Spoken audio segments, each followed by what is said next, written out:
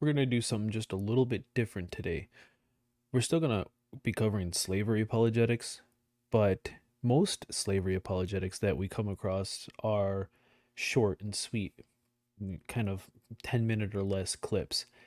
But these guys, recommended to me by a subscriber of mine, spent like 3 hours going over this topic, and they broke it up into separate videos, which is nice.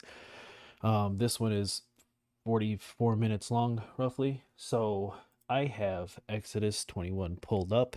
We're going to go along with these guys. If you're unfamiliar, Exodus 21 is where God says, "Hey, owning people as property is totally cool. You can go ahead and do that. There's no issue. I have no problem with you owning other human beings as property." But these guys, of course, are going to say something to the effect that, oh, it wasn't real slavery, it wasn't chattel slavery, it was more like servitude, it was more like working off debts, things like that. I can only assume, because there's no such thing as a good slavery apologetic. You can't defend slavery, you can't defend owning other people as property, even if that means saving them from starvation, because slavery is not a real good solution to starvation. You definitely have some underlying problems with your um, economy if you're literally selling yourself into slavery to avoid starving to death. And this is God's society. These are God's people. And even, I guess, God couldn't save them from absolute starvation. But without any further ado, because this is a long video, we might break even these, even though they broke their videos up, we might have to break it up even more, because 44 minutes is a really long video and I tend to talk a lot. But we're going to get into it now. Hello and welcome to Reasoning Through the Bible. My name's Glenn and this is Steve. And we are going to do a topical study today on the issue of slavery and the Bible. And if you're just here for these topical ones, we encourage you to watch and listen to our normal verse-by-verse Bible study, where we do very careful verse-by-verse studies through the Word of God. And today, though, in our study, we've gotten to Exodus chapter 21, and that talks about slavery. So that gives us a chance to slow down just a bit and deal with it, because there are many passages in the Bible that do talk about slavery. And because that's such a sensitive issue, then we wanted to be very careful with it and not treat it lightly. And Steve, before we get in, we just want to reassure our listeners that we're not trying to make light of the issue of slavery.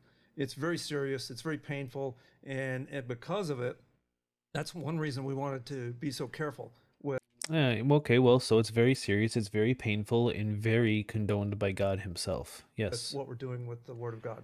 Yes, Yeah, let's get into it. it is sensitive, and one of the reasons why it's sensitive is that because it's a part of our recent history, and recent I'm saying in the last 200 or 300 years, and it was definitely a system and a way that was used where people were kidnapped, bought, and sold. And Oh boy. Okay, so when you do enough of these videos, when you listen to enough people cover, when you listen to enough apologists cover slavery topics, you start picking up on keywords. They smuggle stuff in. Now, he's not touching on it now, but he will. Do you notice that he just said kidnapped? I wonder if he's going to say that it wasn't race-based. I can almost guarantee it. But here's the thing. I don't care if it's kidnapping or not. Slavery is slavery. Whether you purchase somebody legally, not legally, but you know what I mean, whether the laws allow you to purchase another human being and you take that avenue, or you kidnap them, either way it's still pretty disgusting. But we'll keep going. traded from across the globe in various different areas. And we're going to put in the context regarding what was going on at the time, what is actually said here in relation to No, see, oh my goodness. All right, this is going to be a long video. We're definitely going to have to break this one up. So here's the thing, is that there's no context in which slavery is a good thing. There's no time, there's no era in which slavery was okay. It's always been immoral. It's always been immoral. It's immoral now, and it was immoral back then, regardless of the context. What do they call it? Our something lens. I wonder if they'll, our modern lens. I wonder if they're going to use that phrase. But no, in no way, shape, form, or fashion are we justifying slavery or anything else like that. We're just putting it into context in regards to what's going on as we go through Exodus here, Ooh, excuse because me. it's Oof, the tired. giving of the law, and this happens to be one of the first things past the Ten Commandments that is dealt with. Right. Literally, And so yes, yes. You get the Ten Commandments, and then they immediately go into owning other people as property. And you have to keep in mind that this is the story of the Exodus. This is the story of the Jews being freed from Egypt. They were slaves in Egypt, supposedly, and then they were freed. So God freed his people, and then the one of the very first things God does is tell them how to own their fellow Israelites as property. Why would he do this? Why on earth would God take a people who have no system of slavery because they were slaves themselves? Why would he take a people, free them, and then tell them how to own, then give them a system of slavery?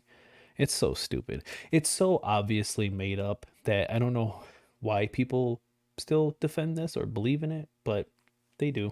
before we really just jump in with both feet into the passages, I just wanted to take a brief moment and give two things. First of all, just a summary of all of what we're doing, because this will take a while. We're assuming it's going to take more than one session here. And so we're going to go into these things at great length. And so just a quick summary so that you'll know kind of where we're going with this. The Bible does indeed talk about slavery, and we're going to deal with all of the passages that deal with that, at least the ones that tend to come up. Much of what we're doing today is not just explaining the text, but because there's such a sensitivity, and rightfully so, there's a lot of pain involved in slavery, and in modern mind, it's especially acute. And so All right, so these guys are a lot like me. They could take I mean, they've been talking for 3 minutes now and they have not touched on slavery, but they've mentioned like 14 times about the fact that it's a sensitive topic. The like we can get on with it, what we but hey, so can I, right?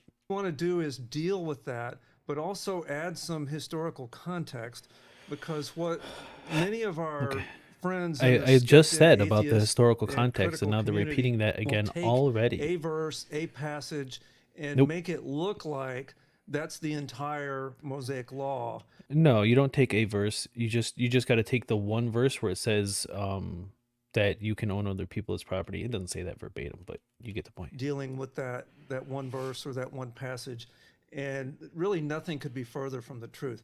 The Mosaic law is all of Leviticus, all of Deuteronomy, part of Numbers, and part of Exodus. And so there's a lot there, and you really have to take it as a whole. And because it's long and somewhat tedious, many people just don't take the time to balance these things. What you can't do is take a verse, a passage that, yes, that one verse may say that, but you have to compare that to the rest of the Mosaic law. So that's what we're going to try to do here today. And we're also going to talk about, in Hebrew, the word that is often translated Go bed. slave or bond slave or servant. The Hebrew language has fewer words in it than the English language. And because of that, English has a lot more words to nuance meaning. The word there that is used for slavery is used about 800 times in the Old Testament. And the vast majority of the time, that word is not talking about chattel slavery, just owning people. Sometimes it is, and we'll go through those passages. Sometimes it does talk about owning people, and we're going to deal with that. There's a reason for it, and it's not always the reason why people think today. There's a reason for it. There's a reason for owning other human beings as property, he says. What possible reason could you imagine? What can you what could you possibly invent a reason that's a reason for owning somebody as property? Give me one. Now, of course, okay, yeah. To be fair, you can like I guess you can think of any reason because you want to. Well, that's a reason, but give me one good reason, and more specifically, give me one good reason a God would tell you you could own other people as property. Most of the time when the word's used, it's talking I have a feeling that I'm probably going to agree with these people a lot, and that's because they're going to. They seem to be coming at this from a human standpoint. And I think if you look at it from a human standpoint, it makes a lot of sense. These were ignorant people, more ignorant than we are today, at least, just doing the best they could with the knowledge that they had. This was kind of the context they're talking about. And it makes total sense as long as you don't throw a God into the mix. But we have to bear in mind everything that they're going to talk about, especially in Exodus, is not coming from people. It's coming from an all knowing, all loving, all forgiving God, the ruler, the creator of the universe. These are coming from Him. These aren't coming from people. about just That's servants. important to keep in mind. Just talking about servant. So we have to look at the passages and distinguish between the times when it talks about a servant and the time when it talks about a slave. And what does it really mean there? Most of the time, it's not talking about people being, like we think of slavery, people being kidnapped against their will and forced in. Nope. Nope, nope, nope, nope. This is not what I think of when I think of slavery. The only thing that I think of when I think of slavery is a one human being owning another human being. That's it. Anything that comes after that might be a little bit better than some other things, and it might be a little bit worse. But only one thing comes to mind. This is a very common apologetic. I've heard this a lot. And I think they say this in the beginning. Dan Kimball does it, Frank Turek does it. A lot of apologists do it. They put it in your head in the very beginning because they want you to think of like American slavery. That's what they want you to think of so they can distance themselves from that. Because you know what I mean? They need you to be come into it with that mindset so you can be like, "Oh, wow. That really is nothing like chattel slavery, American slavery." But slavery is just owning other people as property. That's it. Into long, hard labor and put under abuse. There's systems in place in the Mosaic Law to prevent all of that type of slavery. Our skeptical and critical friends, the nicest thing we could say is a half truth. It's a half truth because simply and a half truth is a lie. Because when you look at the fuller picture, the picture of slavery in the Mosaic Law is not what the average person today thinks of. Wouldn't you agree, Steve?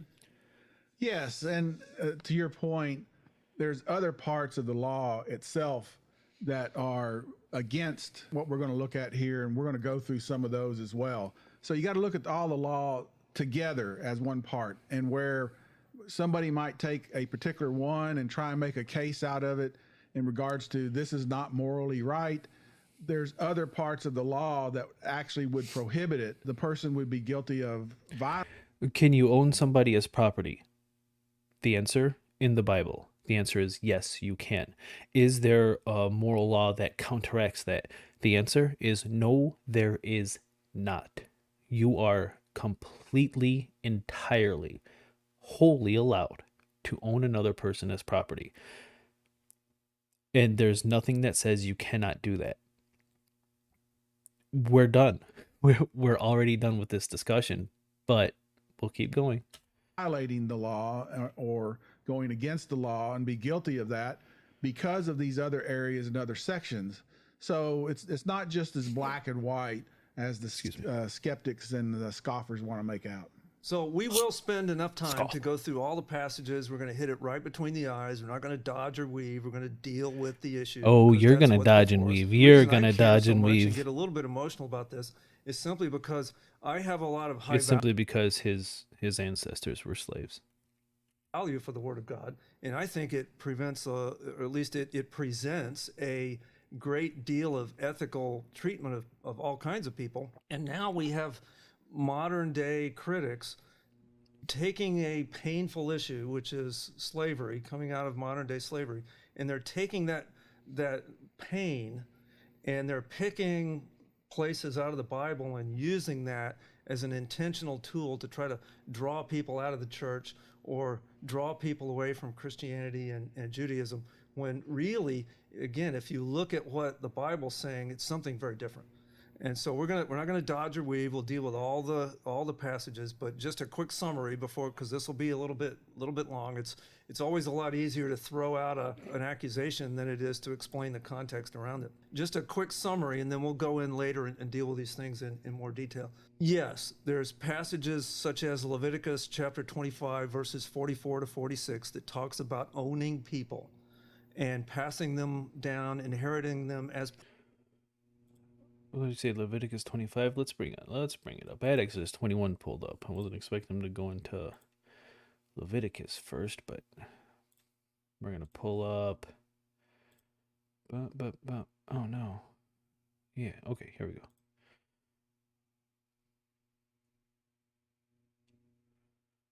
Excuse me while I pull this up.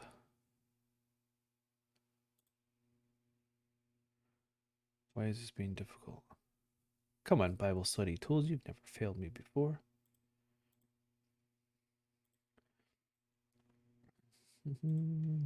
Sorry, Leviticus, he said 24? No, probably 25, huh?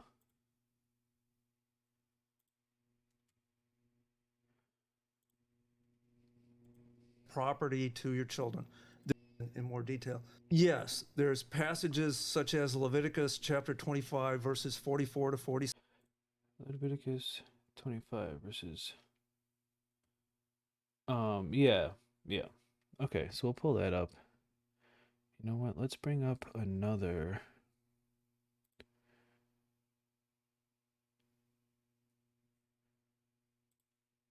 All right, let's keep going. 6 that talks about owning people and passing them down, inheriting them as property to your children. There's a reason for that, and we'll explain what that reason is, and it's often very different than what the modern people think. It's not. Shut up.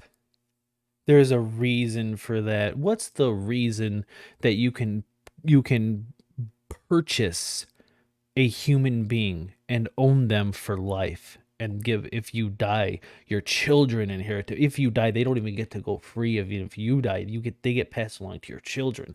What's the reason for that? I want to know what you have to say. I really do. For chattel slavery, that was prevented.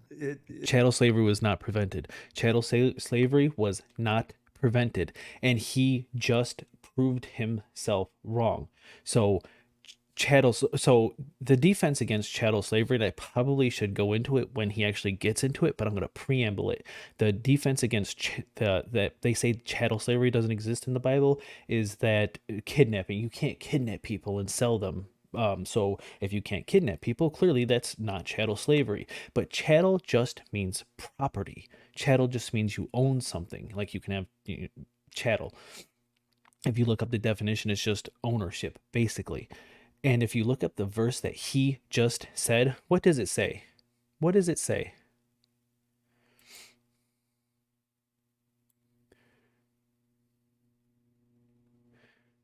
Your male and female slaves are to come from the nations around you. From them you may buy slaves. This is chattel slavery, purchasing human beings. That's all chattel slavery is purchasing human beings. So shut up. Is deals with Canaanites that were, remember, the entirety of Exodus, Leviticus, Numbers, Deuteronomy were just before Israel moved into the Promised Land, and the Canaanites were there. These were people that were frying their children in the... Hey, listen here, pal. You can't take the defense that people use when God ordered the slaughter, the absolute massacre, the extinction of the Canaanites. That's the defense for that, is that they were frying their people to Moloch. You can't steal that. That's a different apologetic, sir. Heated arms of a metal idol. Those were the people Moloch, that whatever, God says, whoever go he in was, there and wipe them all Balrog, out. whatever. Destroy every last one. Oh yeah, okay. So he is he is tying that back into, but I mean, this is completely and entirely irrelevant. We're 8 minutes into this video, probably like 20 into mine, but we're 8 minutes into his, and they haven't touched on this at all. What is the slaughter of the Canaanites, which is also a disgusting and immoral command given by God that he's defending. Okay, stop. Let's go. Of them, because God had sent them prophets and they refused to repent. God sent the Canaanites prophets and they refused to repent. But remember, God is all knowing. He's omniscient. He already knew that they weren't going to repent. So why did he send the prophets in the first place? He already knew the outcome. That's not a. Okay, And so we're not God getting into says, I'm that. We're judging back them to slavery. because they refused to repent. And so therefore, Israel, God knew Israel would not destroy all those people. So he says, okay, you can keep some of them as possessions, but these are prisoners of war. These are Okay, so. Okay. Prisoners of war that you keep as possessions, I I like to call those slaves. Could you think of a better word that you when if even if they are prisoners of war, can you think of a better word when you keep them as possessions, as chattel slaves? This is already so stupid and frustrating. Um but that's so he is touching on. Okay, back it up. I'm going to give him some credit because he is touching on verses that most apologists won't touch. So I will give him some points for that. But he's also already being dishonest because when you go to war with a nation and you win, you know what you don't do? Slaughter them, murder them, kill them. But he still isn't covering the verses that he brought up when it says you can buy them. We're going to keep going. Maybe he will. people This is a that, long if you video. let them go, are going to go right back to, you had been at war with them. They'd sneak up behind you and slit your throat. I mean, these were people they were trying to kill you, and you were trying to kill them, and they're prisoners of war. Those were the people that were owned, if you will. And so we'll get into. Stop. It says you may buy your slaves from the nations around you. You may also buy some of the temporary residents living among you, and they will become your property. This has nothing to do with war. Stop it. You're a liar, sir. More detail on that. There's oftentimes the modern skeptics view these things through this lens of modern slavery, when the Mosaic Law had. Did I not call it? Did I not say that? They're all the same. All of these apologists are the same. There's nothing new here. I got a little bit excited about it because it was long, but he's already touched on like 15 keywords that they all touch on. Did I not call it or just a little bit ago with the lens of modern slavery or the lens of it's all the same? I'm going to let him keep going while I pull up Exodus. Laws in it to prevent all kinds of abuse. You could not abuse anyone, even down to bruises were prevented. And so you, sir, are a liar. We're going to deal with that. That's really the answer to all of this. You couldn't abuse anyone, as you just discussed the absolute extermination of an entire race of people. The Bible, again, the Mosaic Law has commands in it to treat all people the same, slave or free, foreigners, citizens. You had to treat everyone the same, down to every kind of injury and things like that. And so we'll deal with these passages that the skeptics tend let's to throw deal up with and it, make man. it sound like that's not the case. With that, Steve, any comments before we just sort of jump in? Nope, I think we need to go. Okay, so in Hebrew, and we'll give some numbers here for like for example, the term in Hebrew ebed is the Hebrew word. There's a lexicon called Strong's Lexicon. It's Strong's number 5650. We'll throw a few of those words out so people can go to many of the lexicons and really look up the ebed, a masculine noun meaning a servant, a slave. words that, although the most basic concept of the term is that of a slave, slavery in the Bible is not the same as slavery in modern times. Uh, let's keep going. The I don't terms care if it's the themselves, same or different. Brown Driver Briggs is probably the standard Hebrew lexicon. But if the word Ebed in Hebrew appears 800 times in the Old Testament, most of the time it's talking about a servant. It's talking about a servant, just a regular servant, the vast majority of time. Some I of the don't care. time it's talking about a bond slave. It's talking I about also someone don't who care. has a bond, who has a contractual arrangement. Who has a bond? He makes it sound like it's some wonderful arrangement. Um, it okay. And a few of the times it's actually talking about owning a slave as far as owning property, right? But Chattel slavery, man. That's chattel slavery. Don't say the Bible doesn't deal with chattel slavery just a few moments ago and then literally just say chattel slavery. Okay, come on. I gotta stop stopping. you'll see various English translations that use this word as slave. Some of them say servant, some of those bond slave. Okay. The term is the same, but you have to look at the context to determine which ones of these type of servants it's talking about.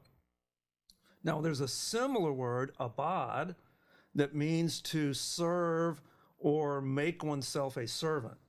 So, ebed is one where it's just talking about this servant or this bond slave. But then there's another word where people would actually make themselves, it's talking about the act of making oneself a servant or making oneself an ebed. For example, Jacob in the story in Genesis chapter 29, Jacob falls in love with this daughter named Leah.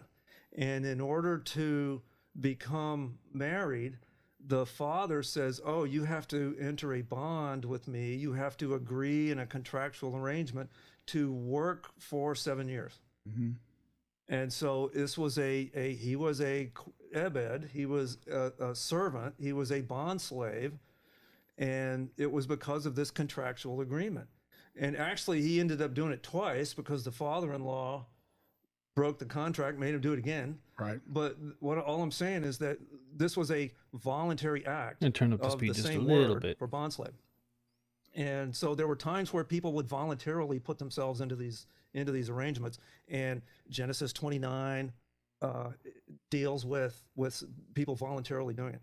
Now, let me interrupt you just a second because I want to make it clear to our listeners and to our viewers. What you're saying is that the word slave at the time is used in a term that we would modern day say servant. And sometimes it's related to a specific servant, but it's also used in that term. So just as words over years have. So this argument, I'm just granting. Fine. If you want to say that there's different levels of slaves, okay, fine. Some are servants, some are bondsmen, some are slaves. Fine, whatever. It's not worth addressing. Different meanings. We have words today that we use that 50 years ago meant something completely different. And so they're used in a different context. What you're saying is that when that Hebrew word ebed or abad, you're making the distinction that it might say slave, but we might be termed a servant, a bond servant, somebody that is there where it says might say bond slave, it's bond servant, to where they're in servitude voluntarily or with that person or that family. That's a clarification, right? I'm saying that plus. I'm saying yes. The word that is translated as servant or slave or bond slave, Hebrew word ebed, is used in many, many passages, at least 800. And it sometimes means just a servant, just somebody that's like the maid or the butler or the hired worker or like a hired worker. But the text might say slave. Depending on the translator, they may translate it every single time servant. They may translate it every time slave, depending on the translator's preference, because the term could mean any of these things. And so we have to look at the context of the sentence in the passage and the book to determine, is it talking about a hired servant? Is it talking about a slave that's purchased? Is it talking about a contractual arrangement like with Jacob and Leah? Because this term was used in all these circumstances. Yeah, and in cases they were used, a slave would be termed or be thought of as a servant. And again, it comes back to us in our recent history. When we hear slave, we automatically come to For the love of your God, we get the point. To mine slaves in the 17, 1800s. And so this is something that is thousands of years before. And I'm not trying to make light of it, but I'm just wanted to clarify as you go through here is that when it says slave, many times it's interchangeable with a servant, somebody that's working for the household. Right, right, exactly. Because what I want to do now is to go through all these various types of abeds, all these various types of servants or bond slaves, because just exactly what you've said, Steve, we have lost the context. All we know with the word slave is what happened in our recent memory. And the abuses that were done with slave, legitimate, painful abuses that happened in the ancient world. So, again, we've already addressed this, but they're addressing it again, so I guess I will. Even if it was the best type of slavery you could imagine back in the day, back in the Hebrew days, back in Exodus days, even if it was the best type of slavery, it's still slavery. It's still immoral. It's still disgusting, and it was still condoned by God Himself. What's the point? But not in the Mosaic Law, because the Mosaic Law was dealing with all these other various types of arrangements, and it's dealing with all of this in various places in the Mosaic Law. It's dealing with various instances of this. And what you said is exactly true. We have lost the context. And so before we just get into dealing with the verses, we have to explain the context. And so I've got You have to explain the context. Why? Give me the context in which owning another human being as property was moral. Give me that context. If you can't give me that context, then stop going over the context. got 6 or 8 different types of what it means here to be this type of servant or bond slave, because it'll talk about purchasing an ebed, purchasing a servant, purchasing a bond slave. And so what does that mean? And if there's a monetary exchange of things, we tend to think, oh, they kidnapped them, somebody snuck up behind them, knocked them on the head, and forced them, and they've got a business of slave trading going on here. See, that's the thing is maybe they actually did, because while the Hebrew law does say, hey, don't kidnap people, it doesn't say don't purchase kidnapped people. Kidnapping people and selling them for a profit. And that's not what the Mosaic Law is dealing with. The Mosaic Law is dealing with 6 or 8 different types of things. Although that happened in the ancient world, the Mosaic Law prevented it, and we'll deal with that. Right. So now let's go through, and again, I've got this is going to take a little bit, but I've got, I don't know, 6 or 8 different types of instances here where someone would have a monetary arrangement where I've bought a slave, and what that means. And for example, Why does he do this? Bought someone. Bought. Like, no, it's not bought. It's bought. You purchased a person. You purchased a human being. There's no air quotes to make it seem less significant. This is dealing with purchasing and selling human beings. one of them is what we would call debtor's prison. People would go Also an immoral and disgusting thing to do, condoned by God. into debt, and they would have to settle that debt. And in our world, at least in our day, if I go and borrow something from you, and I say I borrow enough money to start a business, then I go start that business. If my business goes bankrupt, then I just go down to the court and declare bankruptcy, and you have to get in line with all the other creditors, and you don't get paid. Because what we've said in modern society is, oh, the creditor, the person loaning the money, has to take an equal or at least a partial responsibility here of the risk. And in the ancient day, what they would say is, no, no, no, no.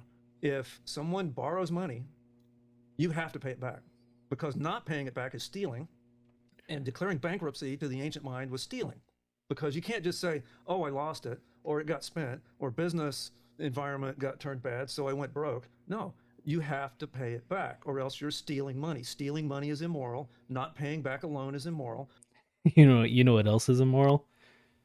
Owning other human beings as property. So anytime there was a loan, you knew right up front, you have to put up collateral.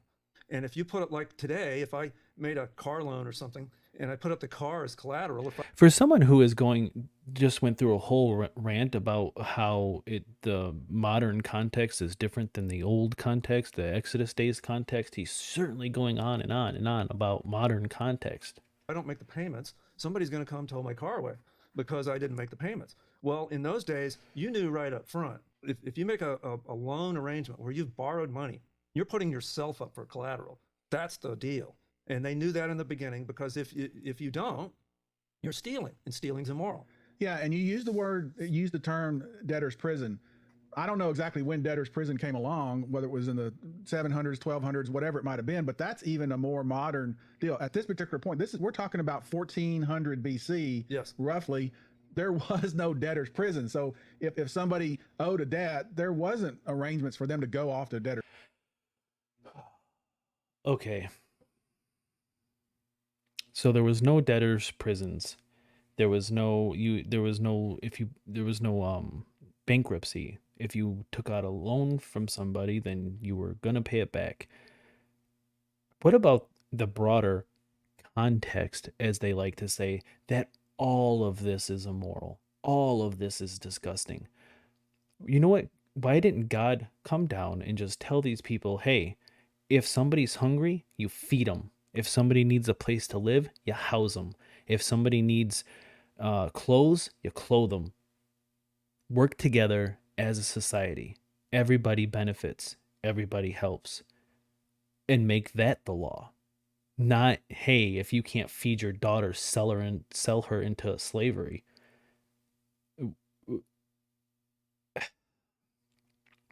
Let's keep going. Prison. That's even hundreds and thousands of years, even comes by later. So it helps our listeners kind of put into context. But again, coming into this particular point in time, it's got to be dealt with. And you're saying the mindset that there was, you have a debt and it needs to be taken. Drinking game, deal with it or dealt with. Every time they say deal with it or dealt with, take a shot. Care of. There is no other arrangement at the time. There's no prison. You're not going to go kill them or anything else like that. And it's got to be dealt with in some way. And this was how it was dealt with. That was how it was dealt with. And the reason I bring up the modern thing is because we would say, and rightfully so, that it's immoral to own a person and buy and sell. Like, this guy owed me money, I'm going to sell it to you. We would say that's immoral. That's the context we're approaching this from. The ancient mind says, wait a minute, what's immoral is I loaned him money and he didn't pay it back. Okay, so the ancient mind, you heard it from him first, ladies and gentlemen. The ancient mind says that money is just a little bit more valuable than property. What is this? But like I said in the beginning of this video, please keep in mind that this isn't ancient minds. This is the mind of God, God himself.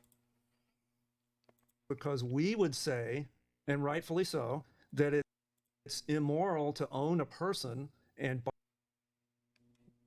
Beautiful. You can stop there, but he won't. He's got 3 other videos on it. They have 3 other videos on this. It's immoral to own a person. Yes, I agree. So why did God allow it? Buy and sell, like, this guy owed me money, I'm going to sell him to you. We would say that's immoral. That's the context we're approaching this from. The ancient mind says, wait a minute, what's immoral is I loaned. Now, please keep in mind, by the ancient mind, what he means is God says, wait a minute, the money and he didn't pay it back. So he has to come work for me and work off the loan. Says God. And not doing so is immoral. And don't take my opinion. 2 Kings 4.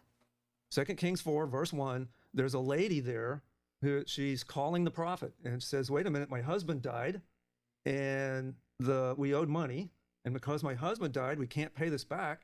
It says in 2 Kings 4:1, the creditor is coming to enslave my sons.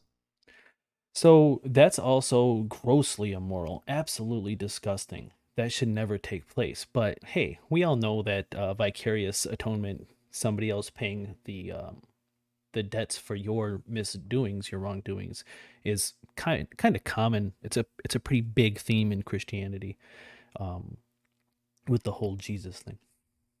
And she was calling for help from the prophet.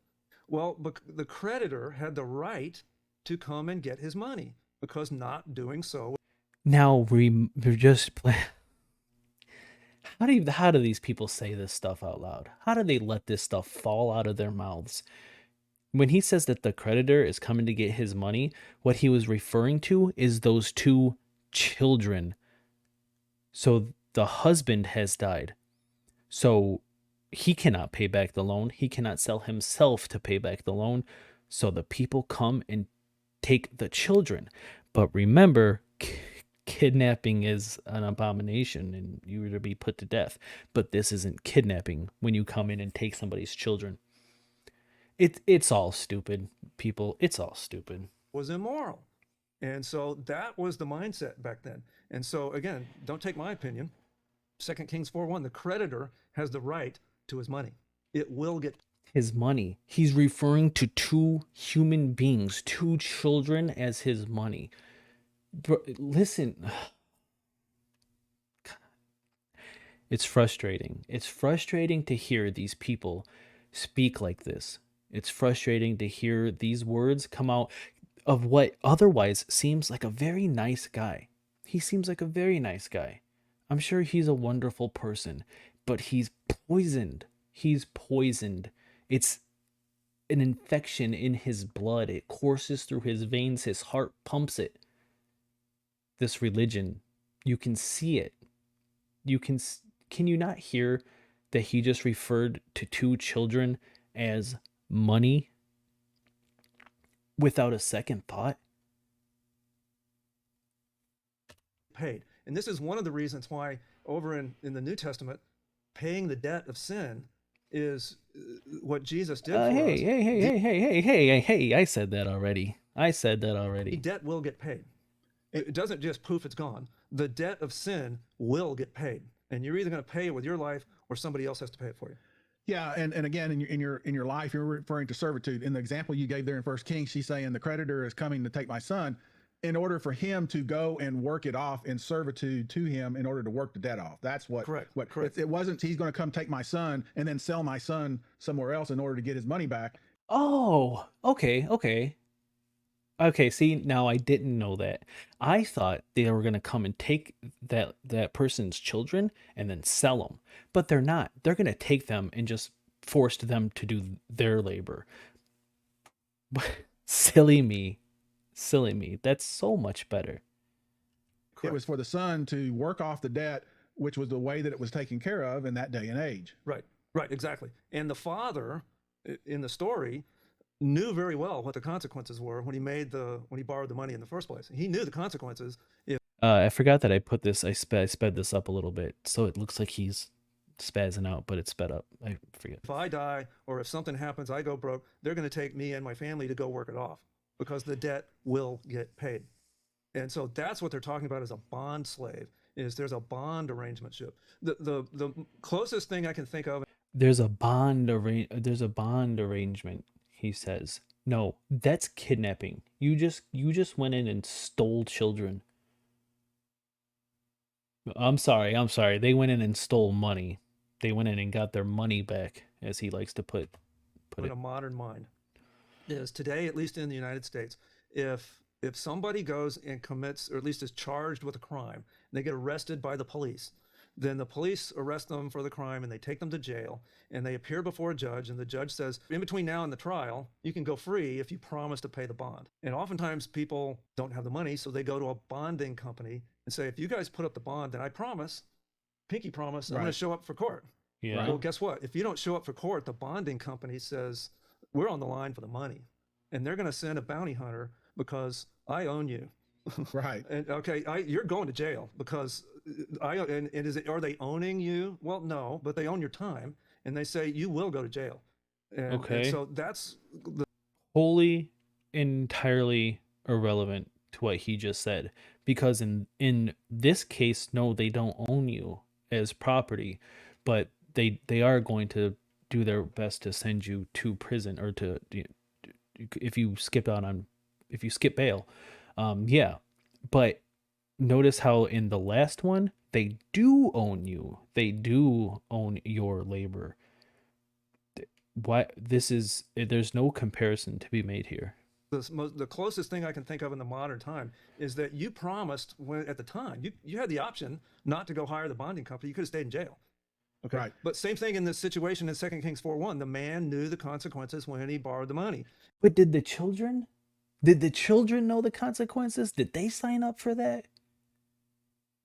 He knew the consequences, that if he died, his children were going to be His is that if I die or if something happens, I can't pay it back, the creditor is going to come looking for his money. Now, in certain the creditor is going to come looking for his money. How many times can you refer to a child as money? cases in different ages, they would have actual debtor's prison, and you could go down and buy the debt. You could, if you needed a worker and there was somebody there that was in the debtor's prison, you could go and say, oh, he owes a certain amount. I'm going to pay that to the person that he owes it to, and I'm going to purchase that person. So that was one of the reasons for buying someone. But again, they knew about it in advance when they borrowed the money in the first place. This is not kidnapping. It's a contractual arrangement through loaning money, and people. I'm sorry, but if you owe a debt to somebody and you die and your family cannot pay back that debt, so they come and take your children to work off that debt, that is kidnapping. You have kidnapped those kids, or as you put it, you have kidnapped those dollars. Knew up front that the collateral is me. That's what I'm putting up for collateral, is my time and my labor. And when I can't pay it back, they're going to come get me until I pay the loan back. And so we'll get into the Mosaic They're going to come get you or come get your kids. law put restrictions on that, of that it had to be 7 years. You could buy someone, but what you're really doing is buying the. Stop doing this. You're doing it wrong. You're using it wrong. There's no this. You can actually purchase somebody. No this required. Time because of the debt. And again, this is, don't take my opinion, 1 Corinthians 6 verses 19 and 20. You are not your own. You were bought with a price. 1 Corinthians 7 verses 22 and 23, talking about the salvation. Corinthians. Corinthians. Hold on. Am I getting my... That's the New Testament. You can't... Yeah, I figured that Corinthians is New Testament. You can't use New Testament. The people of this time didn't know anything about the New Testament. You can't use New Testament justifications. In Jesus, he who is called while free is Christ's slave. You were bought with a price. Do not become slaves of men. Okay? No. Do not become... No, you can't use New Testament justifications that came... What? He said this was like 1400-ish. 1400 years later. And not even then, because the New Testament came after Jesus. You can't use New Testament works to justify Old Testament atrocities. Sorry, I won't let you get away with it, because those people didn't know about a New Testament. They didn't have a Jesus or a New Testament. They just lived under the Old Testament, so stick to that. Become slaves of men. So that one tells us that it's this concept of buying someone is because there's a debt. And he's telling us in 1 Corinthians 7, 22 and 23, you were already paid for by Jesus. But Don't they go didn't out and know become that. a slave of men. So these people had a choice of whether they wanted to be a slave or not. This wasn't kidnapping. This wasn't buying and selling property. They had a choice. Don't get into an arrangement where you're putting yourself up for collateral to where when you can't pay it back. So, no, I'm going to disagree. Not that I care, not that this matters, not that this is relevant in any way, but I think he was saying you're already a slave to Jesus. You're already owned by God. So it's different, but again, I don't care. Now you're somebody's slave. That's what he's saying. So that is just one. That's the first of. So in one instance, God says, don't become a slave. And in another instance, God says it's totally cool to become a slave. The concepts here. Any comments on that before we get to the next one, Steve? Yeah, I just want to keep hammering this home is that when you're saying to buy someone, what you're talking about is you're buying their servitude. Yes. From them. That's what you're buying. You're buying their, like you put it, they themselves are the collateral, and they're going to have to work that. Your male and female slaves are to come from the nations around you. From them you may buy slaves. You may also buy some of the temporary residents living among you. They will become your property. You can give them to your children as property. You can make them slaves for life. What are you talking about? That off one way or another whether it's being a house slave or a maid servant, or whether it's working out in the field or whatever it might be. It's their servitude that you're purchasing for them to then repay whatever the debt is that it might have. Right, right. Um, okay. So let's just grant them all of that. What do you think they were purchasing in the transatlantic slave trade? Do you, they were purchasing labor in the same way. Now, of course, the slaves didn't see any of those wages, but it's the same thing. When you purchase a human, I mean, it's not like you can control their mind or like you use their body to do, you know what I mean? Like you can't control them. You can't like enter their head. You're just purchasing their labor. If your slave isn't producing labor, there's there's no benefit to having a slave in the first place. So I mean, they're saying this is so different to chattel slavery and then go through a whole list of reasons of how it's the same. And so that's the first one, is this idea of this debtor that's due. There was another way where there would be this contractual monetary arrangement to own someone, if you will, was what was later called indentured servitude, an indenture. Oftentimes this was like a teenage boy Also disgusting, but okay. would make an arrangement with a master tradesman to teach them the trade. Oftentimes they would go in when they were 12, 13, 14 years old, work for 6 or 7 years, and by that time, in return for the labor of the teenage boy or girl, they would be taught the trade. So that by the time they're 20, 21 years old, they're a master. By then they've learned the trade, they get let go. And so that was another one where, again, it's a contractual legal arrangement. It wasn't kidnapping, it wasn't forced to be done, voluntarily went into these circumstances. But these contracts were legally binding. You can't just say, I don't want to do this anymore. They were legally binding. I had my mic muted, but all I said was, who cares about any of this? Move on from this. This is boring. Indentured servitudes. Talk about biblical slavery, not about modern forms of The slavery. history of the United States. One of the founding fathers was a man named Benjamin Franklin. He was European, came from England, was an indentured servant.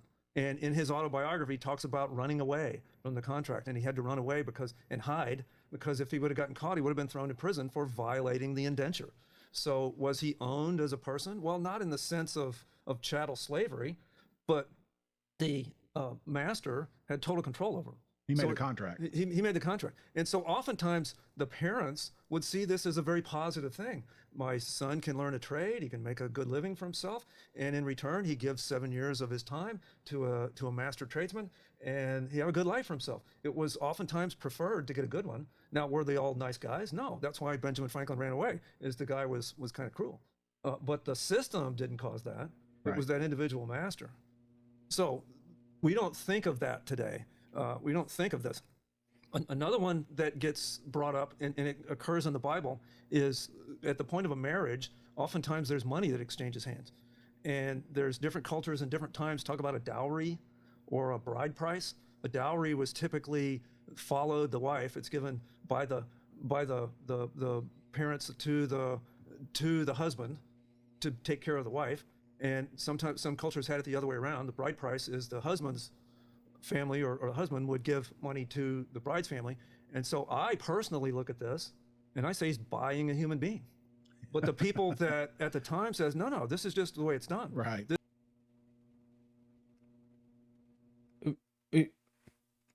Both of those can be true at the same time. You can look at this as buying a human being, and also that can just be how it was done at the time. You're correct. This is our culture that says this. And so there's a reason for it. So you'll see in some of these passages that we're going to go through, paying for brides. Well, are they buying a human being? I would say so, but the people at the time say, no, this is to take care of things. And the culture. I mean, did he just openly say that he views this as purchasing a human being? And then try to justify it with, well, that's just how it was done back then? Like, no, duh, that's how it was done back then. Cultures at that time were also most often arranged marriages. where the daughters were arranged to be married to other men. That was the culture for thousands of years. And again, looking at it through the lens of our current one, daughters today, they have choices to choose whoever they want to marry for the most part. But that's not the culture at the particular point in time. And in fact, even today in our day and age, there's still in other cultures still arranged marriages that are made between families who have sons and daughters, and they make arrangements that the second, third, fourth, Can we get into the slavery? fifth son was Can going we to get marry back the to the first, second, third, slavery? fourth, or fifth daughter, whatever it might be. And that's the culture today. And there's dowries and monies that are exchanged for that again. Are they moral relativists? Is that what they're getting at? That morality isn't a divine command, a divine proposition of God? Not proposition, but morality is not rooted in God, that it's just whatever the culture says is moral at the time. That's what actually is moral. Well, they're all over you guys are all over the board here. Yeah, between those families related to that. And oftentimes they, in those cultures, they feel that's the best way. Who does this child know what's best when it's really the parents that know the long-term success of these things? And so that's just another one. So moving on down the list, voluntary slavery, which is a concept totally lost on the modern mind, is that most people today dealing with this issue of these passages in the Bible have totally lost the concept that people would willingly, happily, voluntarily put themselves into a slave relationship or a bond. Okay, so this is an argument that I don't get too hung up on. I just give it to them. Fine, there is some form of voluntary slavery in the Bible where somebody says, "Oh crap, I can't eat today, so I'll go and I'll sell myself for 6 or 7 years, whatever it is, and I'll do that, and then hopefully by the end of that, I'll have saved up some money or be able to feed myself, whatever the case may be. But even that is pretty disgusting, and definitely a God can come up with a better solution, because I can also come up with a better solution. Here it is. Here's my proposition of how to deal with somebody who is starving to death. That's better than slavery. And it's complex, it's complicated, but I'm gonna try to lay it out as clearly as possible. If somebody is hungry, give them food. I feel like that's better than slavery. It's a feeling that I have. Slave relationship. That's completely lost on culture. But I guarantee you that if you were in a similar circumstance, you would want to do the same thing as what they did. And it's simply Nobody would want to do that. This is coercion. This is coercion. When you reach the point in your life when your economic society has crumbled so terribly that you are starving to death, and a solution is to sell your freedom, to give up your freedom, or die. That's not a choice that somebody would want to make. And this is God's society. Please keep that in mind. because those of us that have eaten in the last 2 weeks really don't have a concept of what it's like to really be hungry. Yeah. Of what it's really like to be faced with, no kidding, starvation. That I agree. I agree with him here. I pretty much agree with what he's saying. And slavery, hey, that is a solution. But this is, I have a feeling I'm gonna say this a lot throughout this video series. I'm gonna say this a lot because it's important to keep in mind that this is not an ancient society coming up with laws and rules and regulations and figuring out how they're going to treat one another and what they're going to do about the poor and the hungry and slaves and wives and marriage. This is not that. This is a God creating a society. These are God's rules. This is how God told them to live. This is the best he could come up with. God, please keep in mind, everything they're saying are rules and regulations and laws put forth by God himself. The Jesus that you go to worship every Sunday, this is his laws, if you believe in the Trinity and all that. That's why is that it's easy for the Western world in modern times when we're all well fed and we've got options for jobs and if we really get destitute, there's social service programs that can come in and step in and keep you from starving. Well, most of human history didn't have that. And in today's environment, you have the ability to buy property, and you could put a small garden out to where you could grow some food, or maybe even some acreage where you could have some food, or take that food and barter it for something else. These people didn't have property. The upper class had the property and owned the property. They didn't own the property themselves. They were totally dependent on the upper class related to it. And so, what are you going to do if you're starving and you don't have any ability Ask God for food. in order to get food? Well, this was an option Pray for for them to it. go and voluntarily put themselves into servitude for a period of time so that they would be able to live.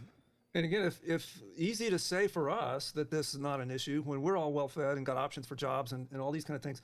So again, don't take my word for it. We're dealing with Bible questions. Let's give Bible answers. Leviticus 25:47 talks about someone becoming poor and selling themselves to a stranger. That's in Leviticus 25:47. Another one over in Genesis chapter 29, Jacob, we mentioned this earlier, Yeah. voluntarily made himself a bondslave for 7 years out of his love for this wife Leah. In Okay. another one, Genesis 47, verse 19, Joseph is a leader in Egypt, and they had stored up food because he knew in advance that there was going to be a famine. And Right. because the famine was so bad, the people had sold all of their property, had sold all of their livestock. They were still hungry. And in Genesis 47:19, the people of Egypt come to the leadership and beg them to buy us as slaves.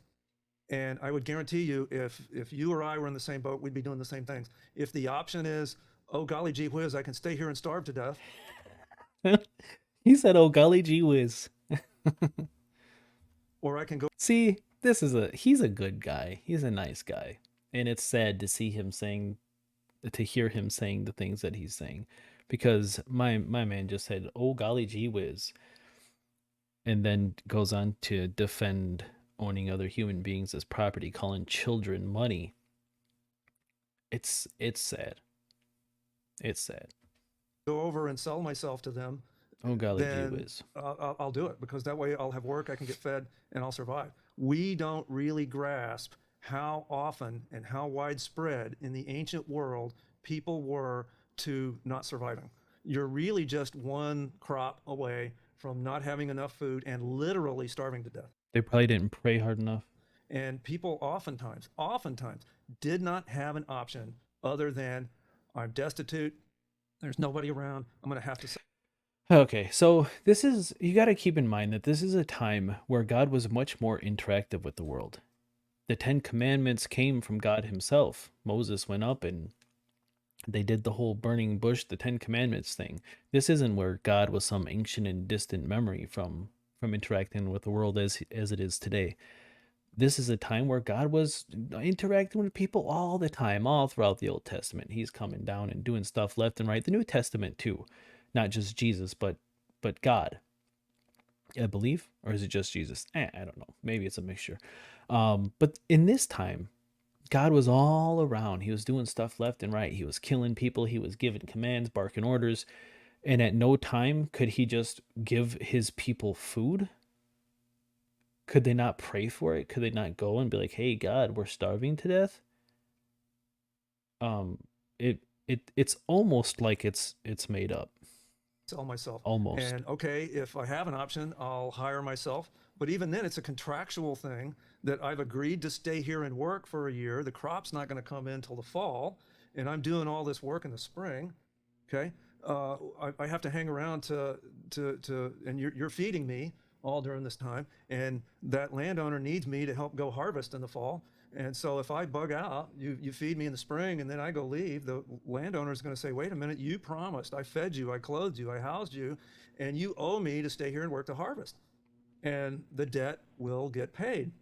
Again, we think it's quite moral to give up on debts and just walk out, but they didn't. And so that's another one, is just voluntary slavery out of the well-fed people do not have a moral high ground to sit here and tell these people that, oh no, nobody'd ever really sell themselves into slavery. How dare you?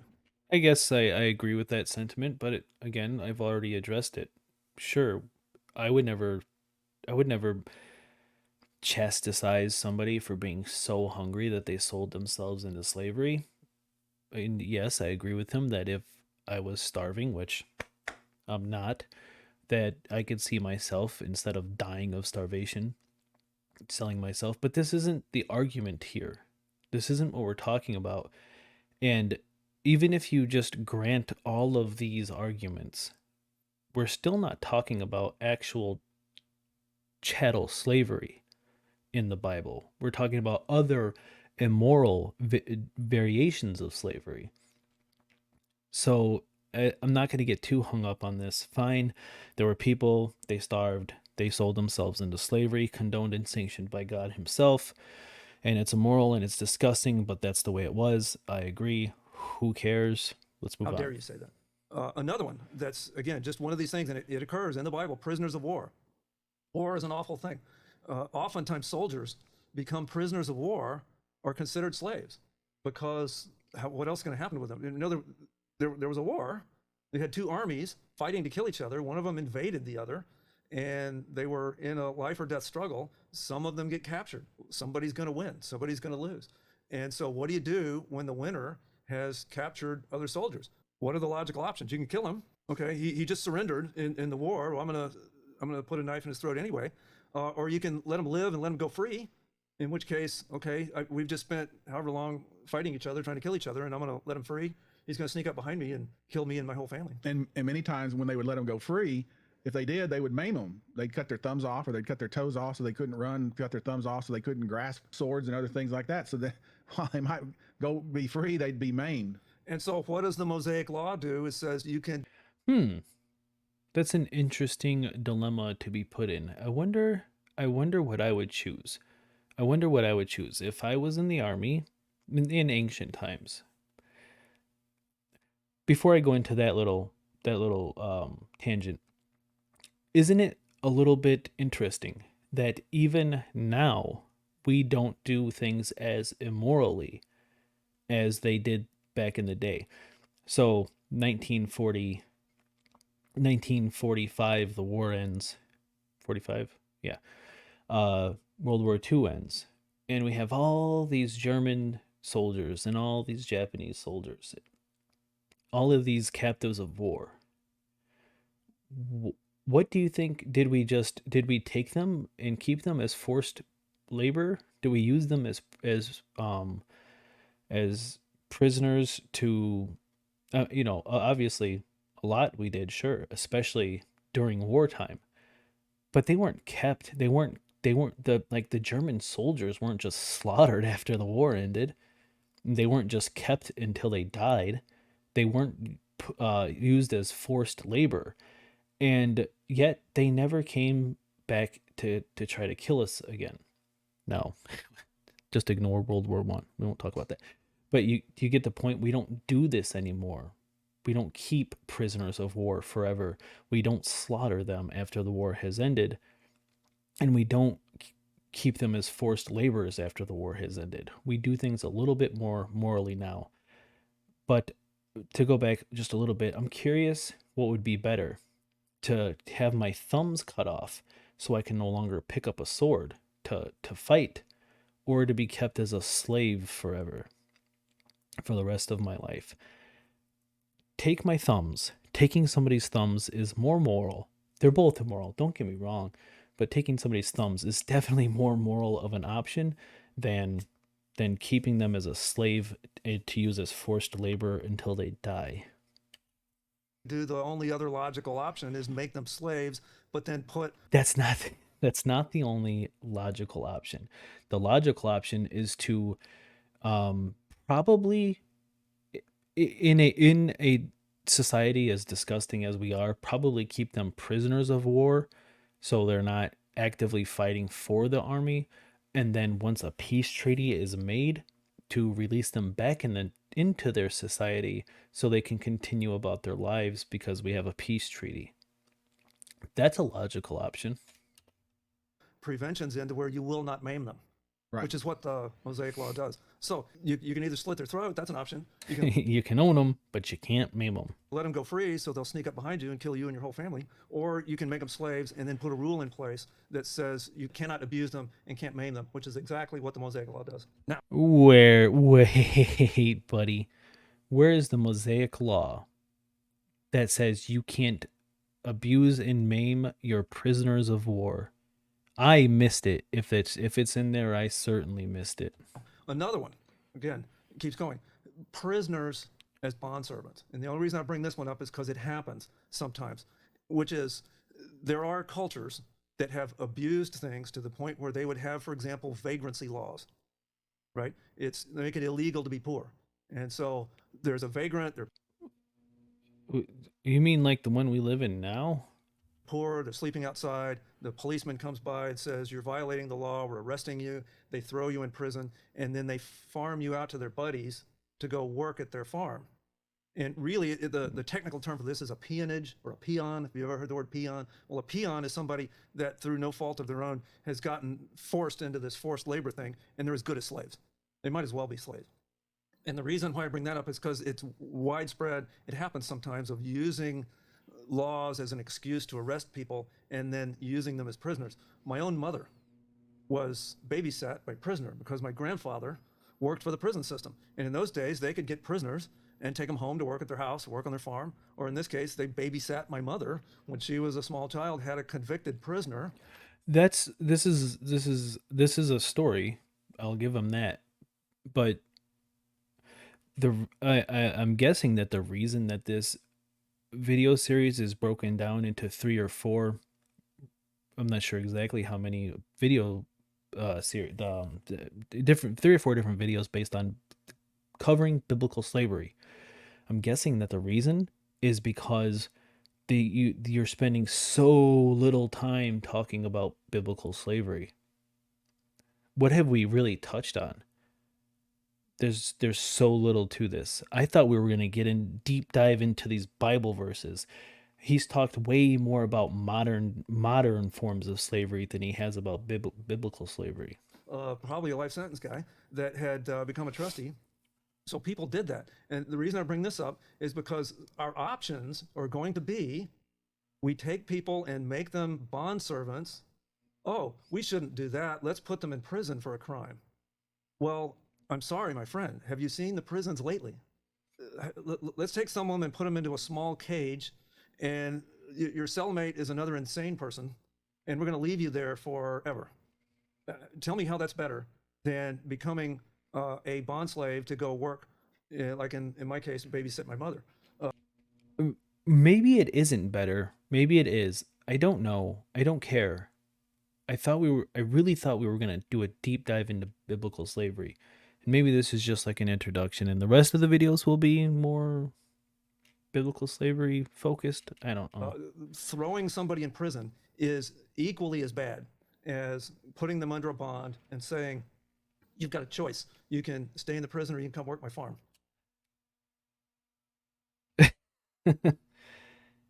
he I don't I don't think he quite realizes what he's saying. He's openly admitting that all of this is bad. The bondsman, the bondservant, the prison system, he's admitting that all of it is bad, but it was condoned by God himself. Where Right. And so that's part of some of these things that go on. Still, children of slaves. There's some of the passages in these things we're going to talk about that talk about children of slaves. If somebody is a bondservant, they owe me money, they're under a bond, they're working for me. What happens if they have a child? What are we going to do? you keep them, you keep them forever. You keep them forever. They're yours. You own them. They are your property. Oh, you can now leave and take the children with you. You owe me money. Again, the bond will get paid.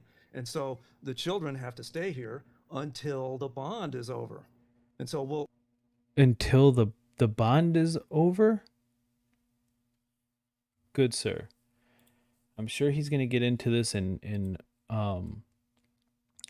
later on, but if a master gives him a wife and she bears him sons or daughters, the woman and her children shall belong to her master, and only the man shall go free. That doesn't say until the bond is paid. It says only the man shall go free. What what are you are you lying, or are you lying? You have to just be lying. We'll deal with that. And lastly, kidnapping, which is, I put this last because that's the one everybody thinks of, is No, no, no, no, no. That's not the one everybody thinks of. That's the one that you need people to think of. So they have this notion of chattel slavery, of transatlantic slavery in their minds before you even start talking about this, which is why it was mentioned very early in this video. sneaking up behind somebody, grabbing them against their will, and then taking them down to the slave market and selling them. So, as far as I can tell, this was a law in Exodus, and it was to stop Hebrews from kidnapping other Hebrews. I don't know of anywhere where it really says that you can't kidnap somebody from outside of the Israelites. I don't care if it does or doesn't, because it doesn't matter. You may buy slaves. You don't have to kidnap your slaves. You can just purchase them. So the kidnapping thing, hey, great. They did one thing half-assed right. Half-assedly right, that you can't kidnap your fellow Israelites and sell them into slavery. Great, That wonderful. was something done in the ancient world, and it's actually prevented. Exodus 21:16, kidnappers were to be put to death. Genesis 37:28, Joseph's brothers violated the law and sold him, as they kidnapped him and sold him.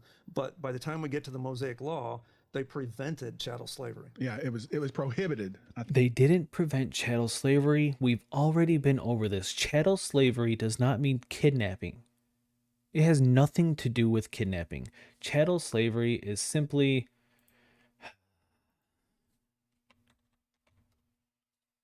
chattel, a personal possession. What does that have to do with kidnapping? A personal possession, you may buy slaves, you may own them for life. Uh, slave, a person who is owned.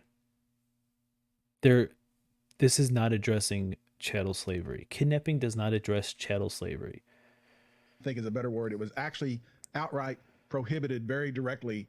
This you shouldn't do. So all of that is before we get to explaining the Bible passages. And the reason why is because all that people look at it now is, oh, they're owning someone. And that's all that matters. That's all that matters. Nothing else past that matters. That's it. Full stop. That people look at it now like it's owning someone, and yes, you are correct, because it was owning someone.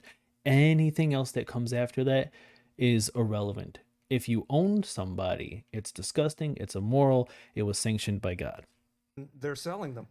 Well, that is at best a half truth, simply because who's going to pay the money that you borrowed? And it's in their minds in those days.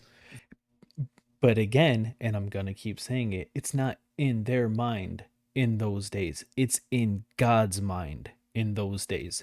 So I don't know what he's going to say after this, but take out in their minds in those days. So I'm going to start his sentence and I'll let him finish it. In God's mind in those days. Very similar to, you made a car loan, you put your car up for collateral, you owe me the car.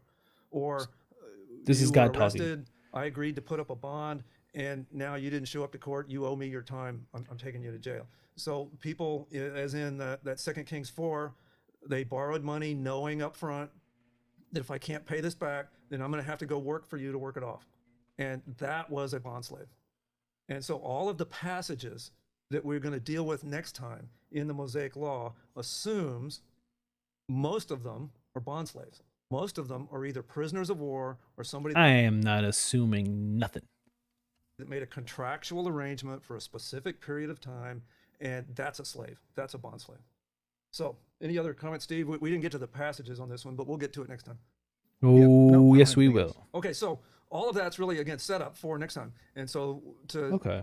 again, as we said, it's a lot easier to throw out an accusation than it is to actually explain the context. So we'll get to all the passages next time, Exodus 21 and right. Leviticus and Numbers, and go through those next time. This is how we reason through the Bible. And All right, cool. So, I did I spoke a little too soon when I said they haven't even touched on slavery, biblical slavery, because he just explained it.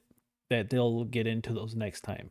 Um, I don't think they will, but I think they'll tell a bunch of anecdotes that have nothing to do with actual slavery, fill up the time, do the basic, very generic apologetics that this was a good thing, that it helped bring people out of slavery, that it was nothing like modern day slavery, it wasn't race based, and all the other um, useless, stupid apologetics that people give in the defense of owning other human beings as property. And again, it's so sad to see these two. They look like very nice guys. They look like they'd give you the shirt off their back in a heartbeat. And yet you see them refer to children as money and other disgusting things that we just saw. So that was part 1 of this video. If you made it this far, thank you so much. I appreciate it. Until the next one, take care.